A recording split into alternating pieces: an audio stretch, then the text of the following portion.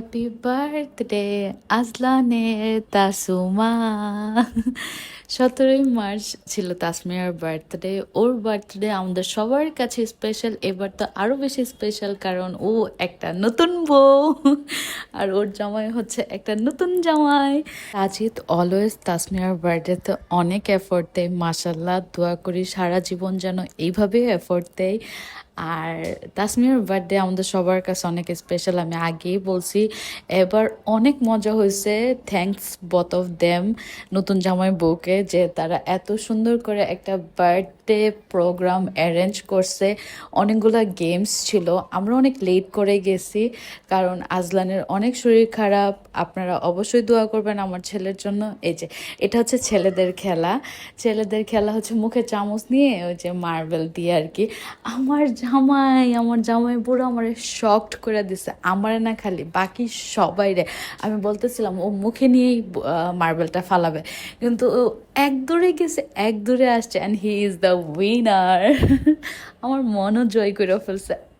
থাক এসব কথা বাদ দি। তারপর হচ্ছে মেয়েদের খেলা পিলো পাসিং। ফার্স্টেই বাটে গাল আউট হয়ে গেছে, পরে প্রার্থনা, তারপর আমি, দেন হচ্ছে বাকি তিনজন ছিল, and the winner is Mithila. আপনারা দেখতে থাকেন, আমি আগেই উইনার অ্যানাউন্স করে দিছি। আমরা সবগুলা বইরা দামরা খেলাগুলা এত এনজয় করছি, ওই মোমেন্টগুলো এত এনজয় করছি। আমার তো বারবার মনে হইতেছিল যে আমি আবার ছোট হয়ে গেছি, আমি নাচতেছিলাম, খেলতেছিলাম। মানে সবার লাইফে এত ব্যস্ততা, লটস অফ থিংস হ্যাপেনিং, তো সবাই অনেক ফার্স্ট্রেটেড, ডিপ্রেশন এরকম লাইফ নিয়ে থাকে। তো ফ্রেন্ডসদের সাথে এরকম মোমেন্টগুলো না আসলে অনেক বেশি প্রিশিয়াস অ্যান্ড অনেক বেশি রিল্যাক্সিং। আর আমি তাসমিয়ার বার্থডেতে যাওয়ার আগে বাসায় এত ফার্স্ট্রেটেড ছিলাম, আজলান কান্না করতেছিল, ওর এত শরীর খারাপ, জ্বর ঠান্ডা, মানে আমার মনে হতেছিল আমি কেমনে যাবো, বাচ্চাটা এরকম করতেছে। তারপর না সামহাও ম্যানেজ হয়, ছেলেটা ঘুমায়, হালকা পাতলা রেডি হয়ে আমি 12টার দিকে ওর বার্থডেতে যাই, রাতের 12টার দিকে। বাসা কাছাকাছি ছিল যার কারণে যাওয়া, 11:30 এরকম 12টার দিকেই যাওয়া আর কি, কাছাকাছি বাসা যার কারণে যাওয়া। আর এটা আমাদের খেলা, এই খেলাটা অনেক মজার ছিল, কিন্তু অনেক লেট হয়ে গেছে বলে সময়ের জন্য আমরা তেমন এনজয় করে খেলতে পারি নাই। আর এই খেলাটাতে আমি জিতছি একবার। এটা হচ্ছে কি, গান শুনে না জিনিস চুজ করতে হবে। এখানে পিউলি জিতে গেছে, অনেক খুশি। মানে গান শোনার আগে পিউলি, মানে প্রার্থনা শোনার আগে পিউলি শুনে হচ্ছে আইটেম সিলেক্ট করে ফেলছে। আর এখানে আমি জিতছি, জিতার পর আমি নাচতেছিলাম। আমার গান ছিল হচ্ছে কিতাবে বহতসি, আর প্রার্থনা জিতে গেছে। এই যে ইয়ার বিনা চেন কাহারে, প্রার্থনার বেলা এই গানটা আসছিল, ও চেন হাতে নিয়ে আনিছে আমার আগে, আমি বলার আগে। তারপর এখানে গিফট বিতরণ করা হচ্ছে। এডি কি সুন্দর একটা গিফট পাইছে দেখেন, বেল্ট। তারপরে মিথিলা গিফট খুলতেছে, মিথিলার গিফটটাও হচ্ছে অনেক সুন্দর ছিল, একটা মগ, কালারটা অনেক সুন্দর। আমরা সবাই গিফট পাইছি। থ্যাংক ইউ তাসমিয়া আর সাজিদ, তোমরা এত সময় বের করে অনেকগুলা চিন্তা ভাবনা করে মার্কেটে গিয়ে সবার জন্য গিফটের ব্যবস্থা করছো।